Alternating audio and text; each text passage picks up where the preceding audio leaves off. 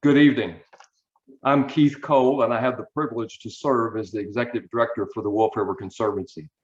On behalf of our Board of Directors and our staff, we want to welcome you all here for tonight's virtual lecture that we know you will enjoy. Very fitting that our topic tonight is sustainable design as we approach Earth Day this coming Friday, April 22nd.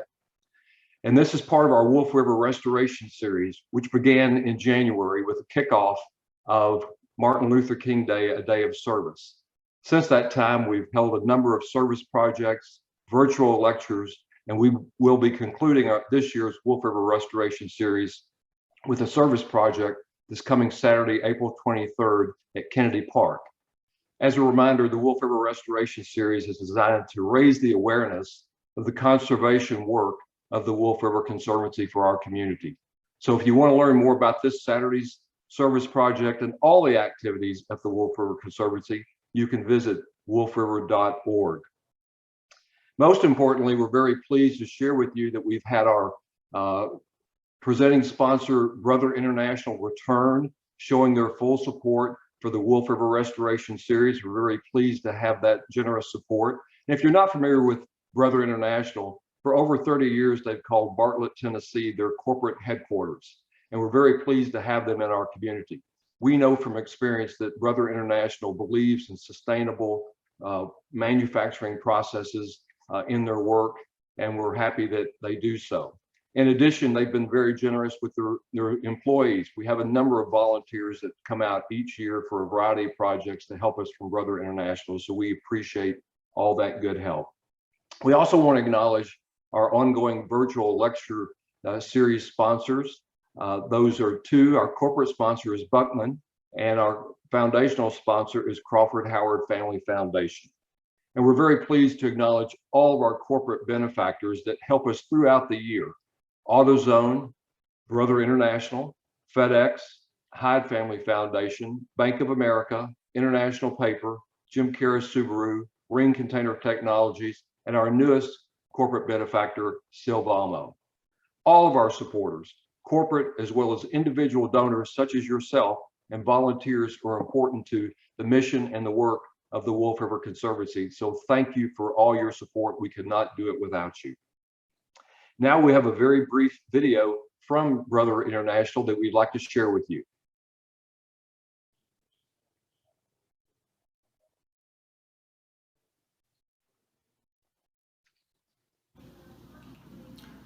Good evening and welcome. Brother is proud to partner with the Wolf River Conservancy to bring our community together through service and education with great events like the Wolf River Restoration Series in order to sustain the river's ecosystem for generations to come. The historic Wolf River travels roughly 100 miles through Mississippi and Tennessee.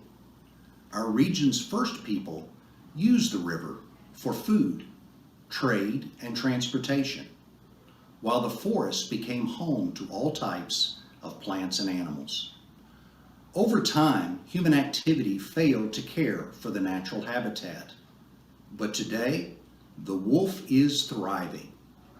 Remaining committed to sustainability and protecting our local communities is the responsibility of all of us. Thank you, Brother International. We appreciate your support. Some housekeeping details. We ask you not to record tonight's program. If you've registered for tonight's program, next week you'll receive a link that will allow you to watch the program again, or to share it, or to watch it at your leisure. So please don't record your own recording. If you have questions during the evening, we invite you to use the Q&A feature, and those questions will be monitored by our Director of Education, Kathy Justice. At the end of the program, Kathy will present those to our presenter, and they will be addressed at the end of the program. Now I have the pleasure to introduce you to tonight's presenter and speaker. Jennifer, or as we know her, Jenna Thompson, is an associate professor in the Department of Architecture and a lead accredited professional. She earned her post-professional Master of Architecture degree from the University of Memphis. and both a Bachelor of Architecture degree and a Bachelor of Interior Architecture degree from Auburn University. Central to her research is a synthesis between sustainability and systems thinking. Her passion for creating awareness and action to social issues of environmental stewardship permeates her philosophy of design, her approach to adult education, and teaching methodology. Please help me welcome Jenna to our virtual stage tonight. Jenna?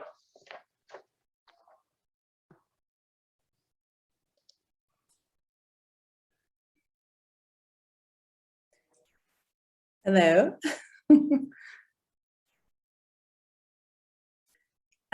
Okay, so feeling a little weird right now because I'm not sure, I don't see anything else. I guess I'm supposed to share my screen right now, right? Yes, yeah, share your screen. Okay. All right, so everyone can see this, I'm assuming? Yes. All right, thank you. And thank you, Keith, for your wonderful introduction. So as mentioned, I am currently an associate professor at the University of Memphis. And today I would like to speak with everyone about sustainable design. I have one case study that I will highlight and also an understanding of certification programs that actually support how we do green building. So I'm very honored to be here today and appreciate your time. Okay, to start, I am going to ask one question, and Kathy will help me with this process. But as I ask the question, I will then go into a narrative. So I will start here. As you view this image, what do you see?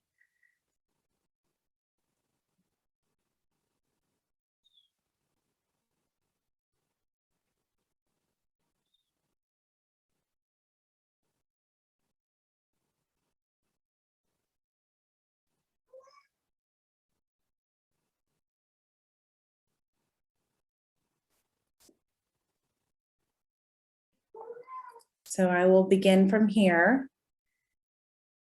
I see millions of years of Earth's creation, beauty, strength, and fragility.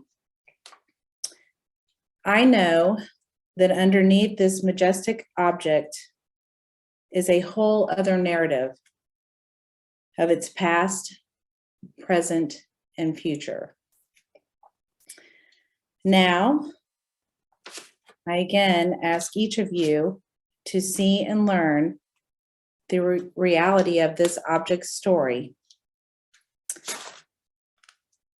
I ask all of you to sit and watch as the narrative unfolds.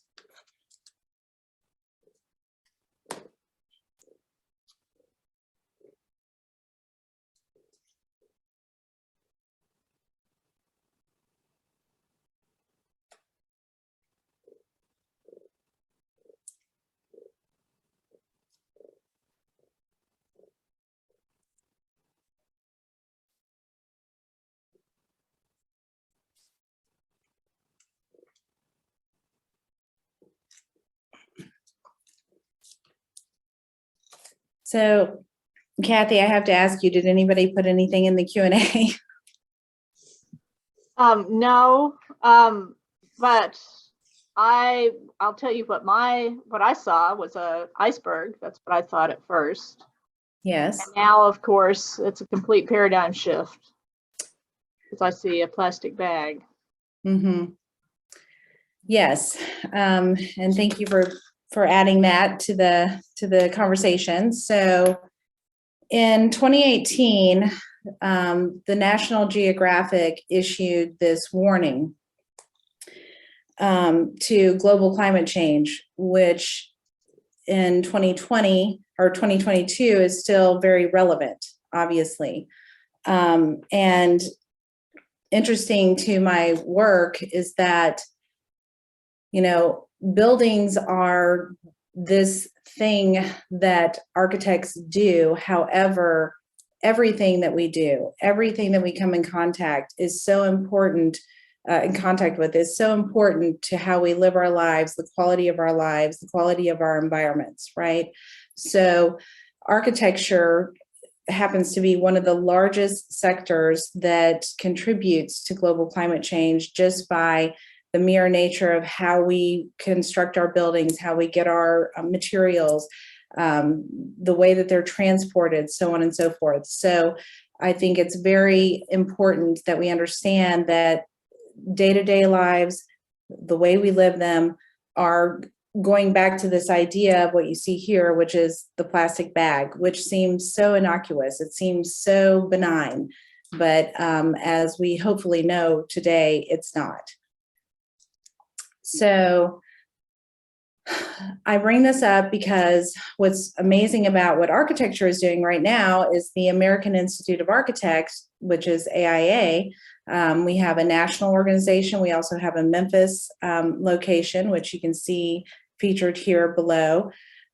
We, in October of last year, joined the Conference of the Parties for the first time as a non-governmental organization.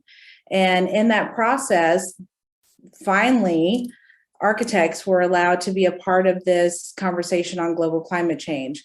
And one of the reasons that this became important is that we could actually make changes in policy. We could further our conversations with industry stakeholders relative to reducing our carbon emissions. We could express how the built environment actually relates to the health of people that live in these places that we build, these spaces and places that we engage in. And then it's also further supporting the idea that with the Paris Agreement, that we need to limit our carbon emissions by 1.5 degrees Celsius or 37 degrees Fahrenheit, whichever you prefer. And as I already mentioned, that buildings are actually one of the world's largest carbon emission sectors. So it's very important to note that we're in the conversation where we have a voice now. I will say this, after that meeting, there was, I guess the verdict is still kind of out, but there was less progress or movement than we would have hoped for. However, the fact that we have a voice now is very important to that progress that we hope to see in the future. Okay, so again, going back to the Q&A, I see there is one Q&A in there, but how many of those on the call currently live within 15 minutes of what you would consider amenities that you need to be comfortable or have a quality of life, whether it be your work, places to go buy groceries, places to take your children, places to worship, any of those things? How many of you feel as if you are living within a 15-minute walk or bike ride, or perhaps even a commute via transit, not car?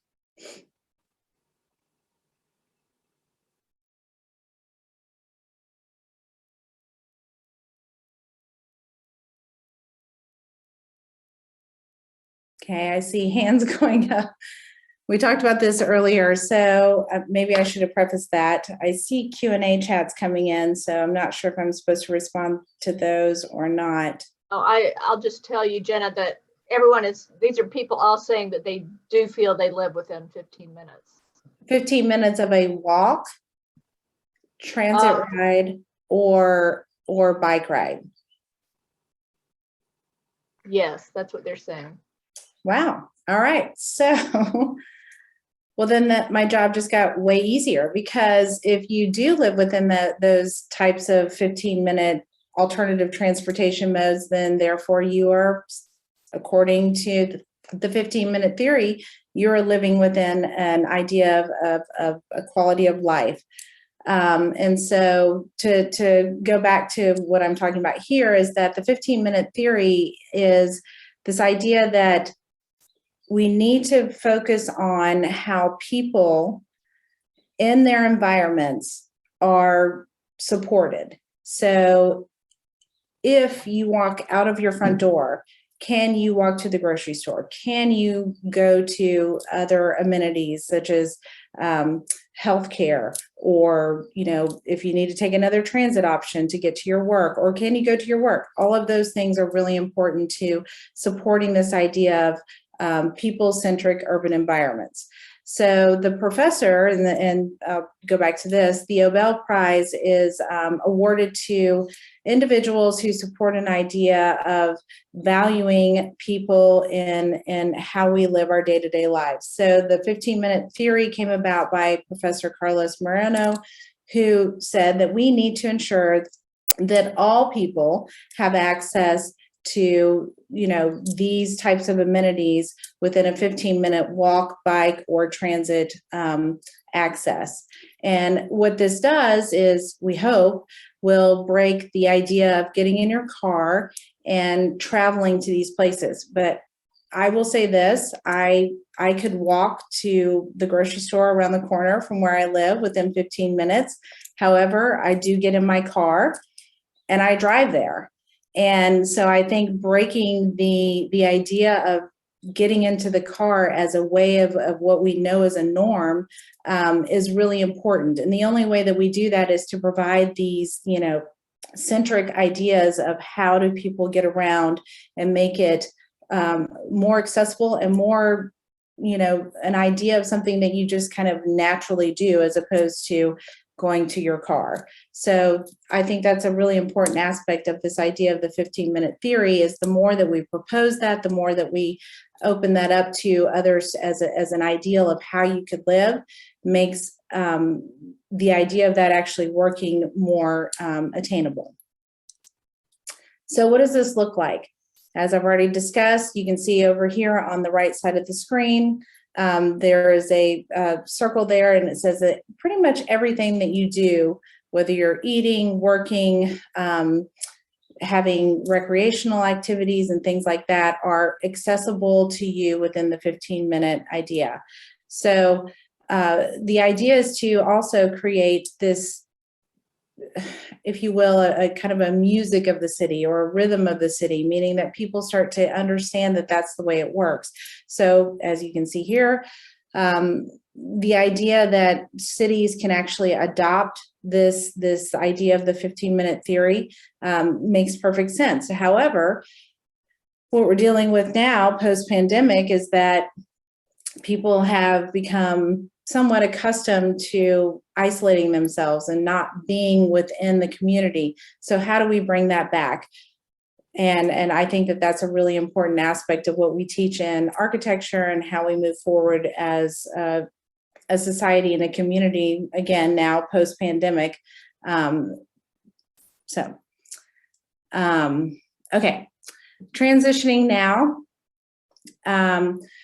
One of the ways that architecture does this is through certification programs. So sorry if that seemed a little abrupt. I wasn't meaning for it to, but certification programs ensure that the buildings and the communities that we live in are actually meeting and achieving this idea of quality of life. So everything that the 15-minute theory talks about are hopefully highlighted and achieved in these certification processes.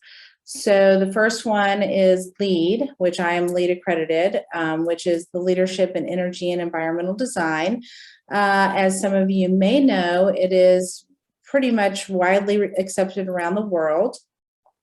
And it also achieves pretty much any certification for any building type, which is really important to understand. However, there are some requirements there. You have to at least have 1,000 square feet of building space to qualify.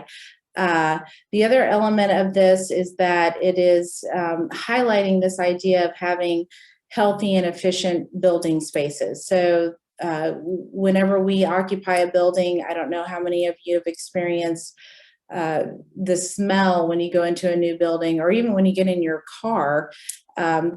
There's this kind of thing that you experience. Well, that is part of the issue with not having a healthy space or building, is because you're smelling the side effects of what happens when you don't use sustainable materials. The other element of this is, believe it or not, upfront costs to designing a green building typically are front loaded, meaning that if you're not aware of what is going into your building, then on the back end, you're going to get a lot of costs. However, if you spend a little more money on the front end to make sure that all your energy, indoor air quality and things like that are doing what they're supposed to do, you actually save money on the back end. And then obviously globally recognized as a symbol of sustainability. There is a LEED video here, but I will not show it. So the next thing I would like to talk about is the Living Building Challenge, which I am not as familiar with. However, I will bring it up as one of the more, I would say, stringent, prestigious, however you want to say that, in terms of most people think it goes above and beyond what LEED would provide in terms of how do you achieve certain green and healthy building standards. It is an iterative process, as is LEED. However, it is continually evolving. And so does LEED. LEED definitely comes back and checks to make sure that you're doing exactly what you say you're doing. But the Living Building Challenge is always looking at literally that. How does the building live and grow and evolve? It focuses on these ideas of high-level goals, meaning how do people across the spectrum of where the building is, how do they live, how do they engage with the community? It's looking to that as a higher level of meeting those standards. So just an overview here of LEED. LEED has 5 rating systems. Typically, we understand buildings as new construction, but there's also interior design, operation, and maintenance relates to this idea of once the building is existing, how do you come back and make it more sustainable, or how do you maintain it post-construction? Neighborhood development is more conceptual in terms of how do neighborhoods come about, what are the different commercial amenities and things like that are associated with that, and then homes, which also includes mid-rise to low-rise units. As you can see here, there are several credit categories, integrated process relates to this idea that in terms of systems, everybody works together to come up with the design process. And then when you do select a building that you are planning to design, you hope that it has all the utilities, resources, multi-transportation, things like that. Its location is actually robust in that idea of where it's located. Materials and resources, again, making sure that everything is sourced locally or, locally in terms of people that actually produce and manufacture the products, or just within a region that is also supporting that kind of 100-mile radius. Water efficiency, depending on where you are, which is pretty much anywhere these days, you need to make sure that you're using your water in a conservative way and that it's actually benefiting the project. Energy and atmosphere relates to elements that would reduce any kind of, load on our, hopefully not fossil fuels, but load on our fossil fuels and finite resources. So using renewable energies, building orientation, things like that are really important. Sustainable sites, something that we don't always think about, but we're not utilizing agricultural sites, we're not designing in wetlands, things of that nature. We want to make sure that we're using sites that are hopefully previously developed, but sometimes you can't get around having a greenfield development, which means that the site was not previously developed. Indoor environmental quality relates to what I was talking about earlier, like when you design a building, if there are products that go into that building that are off-gassing or emitting chemicals into the air, you need to make sure that you're not only cleaning the air, but at the same time, perhaps not even putting those elements or products into the project to begin with.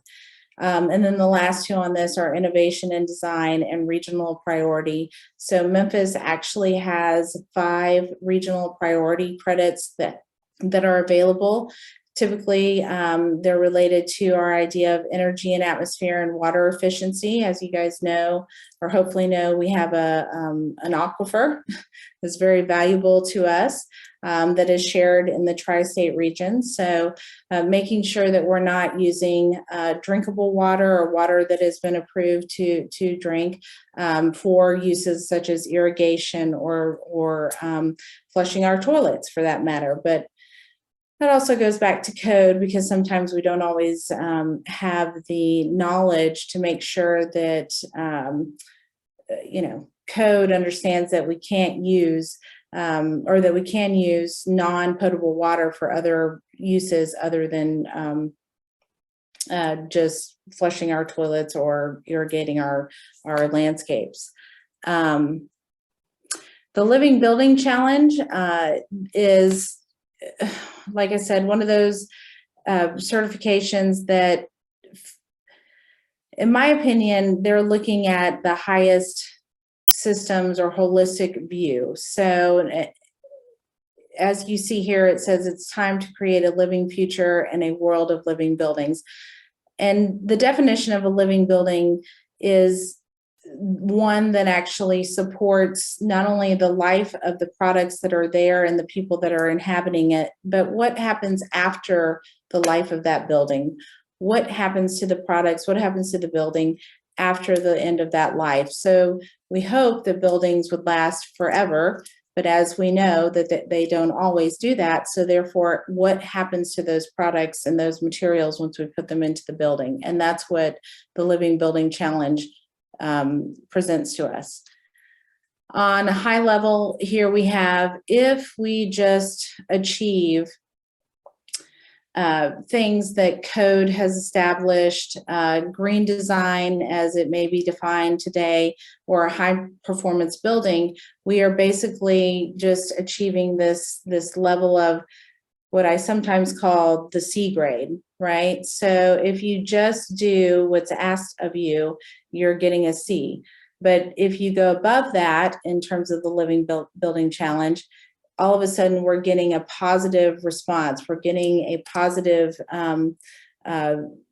impact on the environment. So one of the ways that we look at this too is systems in terms of closed loop systems, meaning that if something is positively impacting the environment, that means it's going back into the environment, or that's going back into our living systems. So Living Building Challenge is always trying to achieve or strive to that level of positive impact on the environment.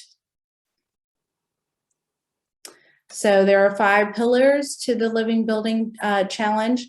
One of the one case study that I will talk about actually has achieved the first 2, 0 carbon and 0 energy, and we'll look at that in a second. But the idea is that as you move up through the petals or through the pillars, you will achieve the highest standards for environmental and health of humans. So here we have Civitas. So those of you who are not familiar with this project, it is on Mud Island. After you cross over the bridge, it is located along the corridor of the riverfront. This was completed by Archimania in 2019. And the wonderful thing about this is it's not only a LEED project, but it's also a carbon and energy net zero project. And another aspect of this project is that one of the professors who works at the University of Memphis with me is also an architect at Archimania. So kudos to them for being part of our process of teaching our up and coming architects. So some of the things that are notable for this project, yep, there we go. Integration. So in this diagram, what you can see is that the project is situated, they call it a greenfield, but it was already positioned within the neighborhood. So I would almost call it a previously developed area. But you can see that it's on a corner there in this diagram. And then as they go up through the process of putting the project together, they are showing how solar panels, thermal envelope, exterior skins, selection of materials all come together to create this holistic design idea. Another aspect of this is ecosystem. So some of you may or may not know, we have one of the larger bird migrations in this area.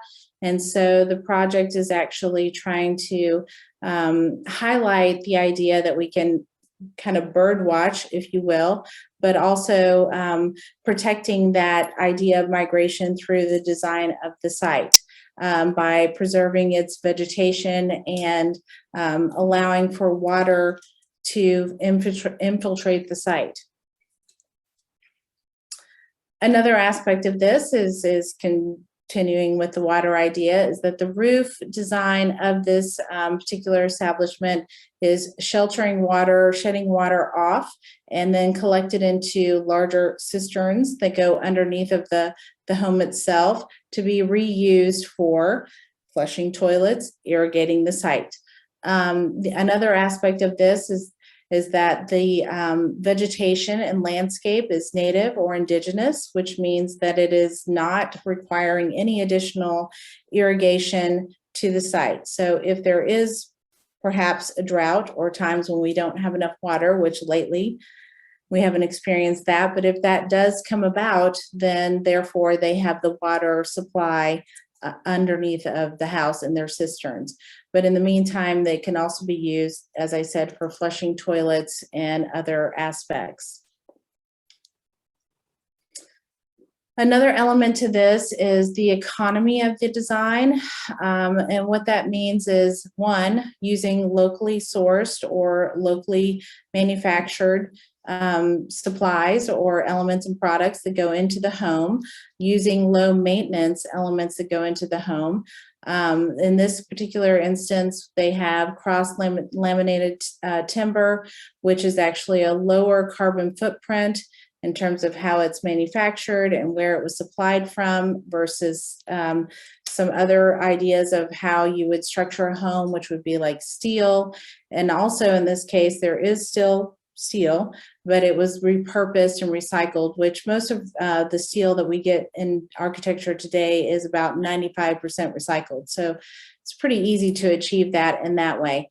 Another element was sealed concrete, as opposed to doing something like a travertine or a marble or ceramic floor. So sealed concrete is fairly well, it's very sustainable, but it's also pretty durable and fairly easily accessible in terms of how it's poured and made.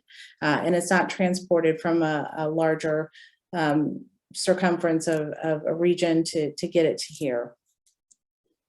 Another element is the well-being of the living. So having indoor and outdoor experiences, access to natural daylight, access to views.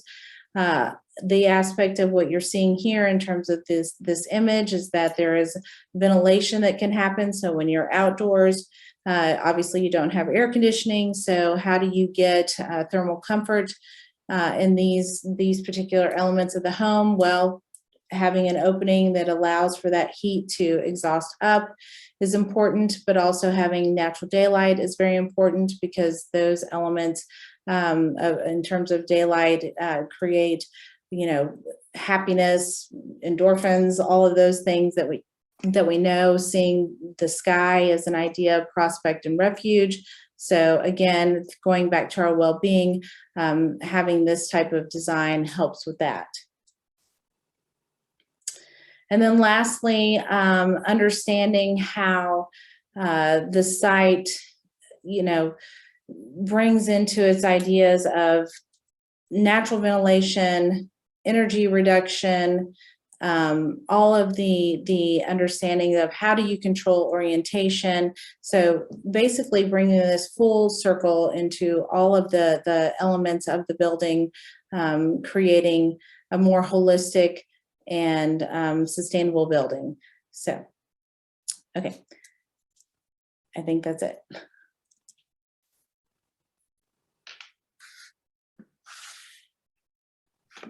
Okay, Jenna, so are you ready to take questions? Is that what you meant? Sure. Okay, so yes, for viewers, if you have questions for Jenna, please enter them into Q&A, and I'll read off the ones that are already here.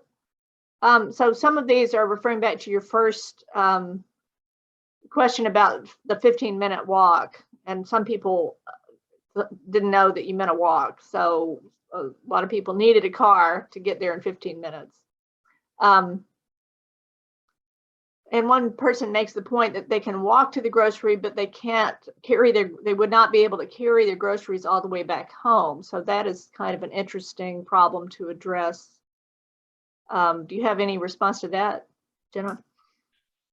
I do. I don't know how well this will go over. It might be like a Led Zeppelin, but when I first moved to Memphis, I lived down on Main Street, and my car immediately decided it didn't want to work anymore. So I took the trolley, which again is a little bit of a support because I wasn't walking the whole way, but I would take a backpack or my bags, and then I would get back on the trolley. But to the point of that question is it is a little more cumbersome. So it's kind of like micro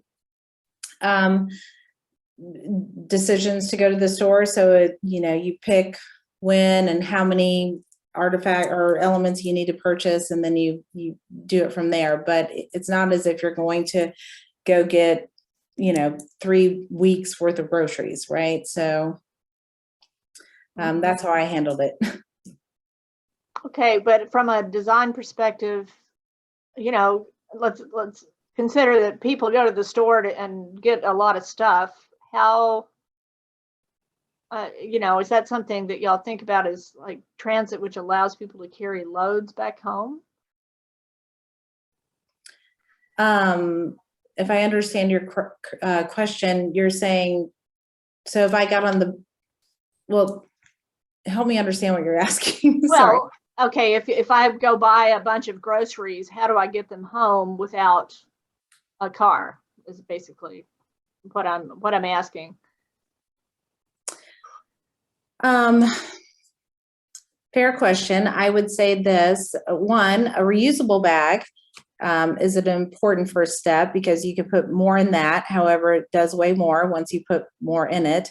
But then I would say that transit, which I think they do offer because I have used MATA several times, allows for space for that to happen. So I think that part of it is, and it goes back to this idea of comfort. What do you feel comfortable doing? How do you change your mindset? I remember the first time I started using reusable bags, it was awkward. Nobody wanted to do that, but at the same time, I wasn't walking home. However, I could do that now. I did that in the past as well. So I think it is a mental shift. It's a behavior shift. So I don't know if that answers the transit storage question, but. Well, and someone here makes the point that people in Asia and Europe walk to get groceries all the time, and it may be as simple as going more often for smaller loads. Yes. So, yeah. Yes. And that's what I mean by the micro kind of going and getting whatever it is that you need. Right. And then someone would like to know, he says, can you discuss some areas of Memphis where it's presently possible to live within 15 minutes of a grocery and other amenities? That's a good question. So I currently live in Midtown, and I would say that I am definitely within a 15-minute walk to Fresh Market or Kroger. A healthcare facility, also a donut facility, like all of that. But Midtown, and I lived in downtown for several years as well. So I do know it can happen, but it's a system of connecting. So like if I were to ride my bike, I may have to ride my bike to a certain location to get on the bus, or I may ride my bike and that's it, like I'm there, or I may walk. So I do feel that you have to connect the ideas of how you get around and look at the full system, and not just, okay, so it is just walking, or it's just biking, or it's just transit. I think they're all working together. Right. Okay. Can you suggest any books or other resources for people who want to learn more about sustainable architecture and design? Oh, yeah, quite a few actually. So I will just name a couple. One of the books, well, obviously LEED, since I do teach that in my sustainable design course, LEED has their certification books, which I am not promoting, I'm not promoting them in the terms of like, I don't make any money off of that, but I'm just saying that that's a good way to look at what is a guideline for how you can live more sustainably. Another book is The Upcycle by William McDonough and Michael Brungart. William McDonough is an architect. Michael Brungart is a chemical scientist. And they got together back in, I think it was 2008, and decided to help people understand the idea of living cradle to cradle, not cradle to grave.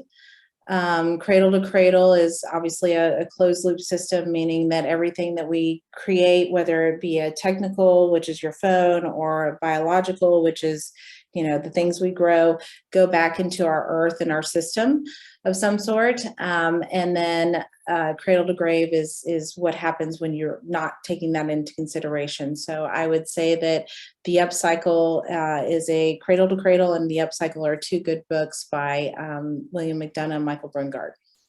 Okay.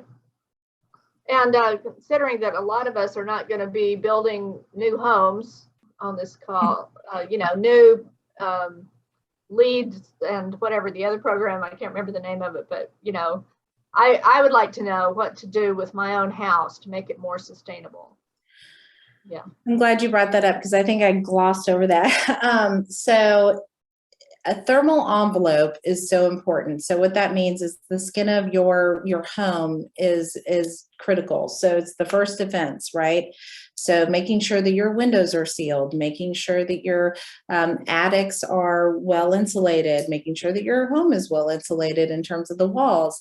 Also, we don't always have control over our orientation, but if you're facing south, overhangs are very important, because the south is the predominant orientation of our sun, right? Our solar exposure. So making sure that you have that. Another element is making sure that the materials around your home are predominantly landscaped, right? So meaning that you're absorbing some of that heat that comes in from our solar exposure, but also thinking about, how do you preserve water, like whether it be a rain barrel, or collecting water off of your roof in terms of how you could re-landscape, or doing indigenous plantings that don't require any irrigation, which that's another thing that we don't always think about. And the Tennessee Environmental Department of Conservation has a great website that tells you what are indigenous plantings for Tennessee. So we can, in Memphis area, so we could look at that as well. Yeah. What's your suggestion for solar panel installation around here? What do you mean in terms of orientation, or how to do it? For someone who is interested in adding solar power to their house and doesn't know anything about it, what would be their first steps? Well, the first step would be to look at the MLGW website and understand how their process works with TVA, the Tennessee Valley Authority, because currently there is no direct line, if you will, from your solar power that you may want to install on your home to TVA or MLGW. However, there are rebates that you can get if you go through the proper protocols with MLGW. and how they work that out with TVA, because it goes into our grid system. MLGW is connected to TVA, so therefore, you could do off-grid, meaning you would have your own standalone, but that would be something you would have to, again, check with MLGW about how do you connect back into your home. The other thing I would say too is that make sure that all of your solar panels are oriented south or southeast, southwest predominantly, so that you can capture that solar orientation. Okay, I have someone here has sort of disagreed with you, saying the summer sun comes primarily from the east and west, and winter sun comes from the south. So I'll just let you comment on that. I don't know. Okay, so when you think about our altitude and you think about where the sun is, right now we are just passing, we're almost to be in the summer solstice, right? That would be June 21st. So the sun is higher, to this person's comment, in the summer. Therefore, that's where the overhangs come, but that's the most intense time of our sun. However, when the sun rises and the sun sets, we are getting morning sun, which is a little cooler, western sun, which is going to be a little hotter. And as it sets fair, we will get more intense rays at that point. However, in the wintertime, to this person's point, the sun is lower, and therefore we do want to capture some of that sun exposure because we're cold. So we want that. Okay, and then back to the 15-minute walk point. Someone says, I wonder if, I think this may be a misprint here, but I am wondering if 15 minutes will work in an already segregated city like Memphis, and would it perpetuate segregation further? I guess it's, if everyone were in their own little 15-minute walk world, that's an interesting point. Mm-hmm. So there's another book called Pattern Language, which talks about, so a nucleus of a community that has its own culture and things like that, having that walking radius around that nucleus of a community is important. And one of the things I feel like happens when you start to try to push multiple cultures together is that you may not have the desired outcome that you were hoping for. So the one thing that they talk about in the idea of the 15-minute is that there's this place for people to meet. However, it doesn't disperse or break up the cultures that might be within that 15-minute walking radius, if that makes sense. So one of the areas that I like to think about is Southern and Cooper, how that intersection there's the railroad tracks, there's, currently there is a strip center there that's not really being utilized. There was a daycare. The idea that you could make that kind of this third place, if you will, which is Ray Oldenburg's theory, like where people come together, however, you're not breaking up the cultures that live around that area or trying to mix them together. Mm-hmm. And I would also think that having 15-minute circles doesn't preclude having, corridors between communities, right? So, for example, the Greenway is going to connect lots of neighborhoods. Well, so the Mid-South Regional Greenprint, glad you brought that up, in terms of connectors, in terms of parkways and green spaces, but also Frank Ricks brought up this idea of the zipper zone corridors and places where you have these hubs throughout the city. So we have the medical district, we have Cooper Young, we have Germantown, we have all these places around the city that could actually have these 15-minute kind of small circles around them. And then how do you get people from, hub 1, hub 2, hub 3, whatever, together? So a mini bus transit, or the bikeways that we already have kind of coming into, pretty, in my opinion, pretty good formation, because we have one of the more robust bicycle lanes and on-street bicycle elements that compared to other cities. So I think that That's a good question, but it's also about how do we develop places around the city that support the communities that are within that radius, if we will, that half-mile radius, which is typically the 15-minute walk or, bike ride or whatever. So. Mhm. Okay, well, so that is it for the questions. I'll give viewers one more chance if there's something you'd like to ask Jenna. And while we're waiting, I'll just say thank you very much for a really great presentation, Jenna, and on a very busy day for you. And to tell the viewers that we have our Earth Day service project coming up at Kennedy Park this coming Saturday. And we may still have spots open for volunteers. Just check our website. And always check our activity calendar at wolfriver.org for future activities, including an exciting ribbon cutting on the Wolf River Greenway at the down there where we have the Wolf River crossing out east. That'll be coming up on May 5th. So thanks very much. Oh, got a question. Okay. How can we as citizens affect environmentally beneficial changes to residential building codes? It has been very disappointing that the last several Memphis home shows haven't featured any energy saving aspect. Do you have a comment?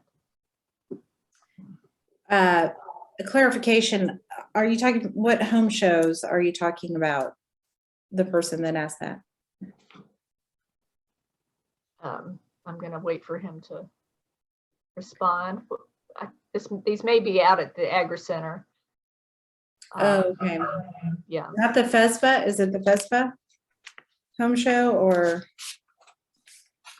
Well, I'm not getting, oh, here we go. The one out in southern Germantown, yes. So I'm assuming that's the FESPA, yeah. Well, I would say, first off, contractors, designers, especially at the residential level, kind of lead separate lives in terms of most architects or licensed architects are not designing homes on a daily basis. However, contractors are. And so the Vespa Home Show, if I'm clear in understanding that, is something that's done by contractors, not that they are not sustainable or thinking about it. I just think that it's probably not as driven or pursued as it would be in the world of architecture, especially me coming from academia. We talk about it all the time, but once those designers go out and start working in the world of profession of design, we just hope that that's what they do. So that's an important aspect. But I would say this: your specifiers, your Construction Specification Institute organization for Memphis is a good place to go in terms of helping us inform contractors, designers, interior designers on what are the sustainable materials out there, getting informed about who puts out these products that are sustainable, and they can share that information with those contractors. So I don't know if that helps, but. Well, the question is mainly about building codes, which everyone has to follow, and how we could change those to make them more sustainable. They are actually.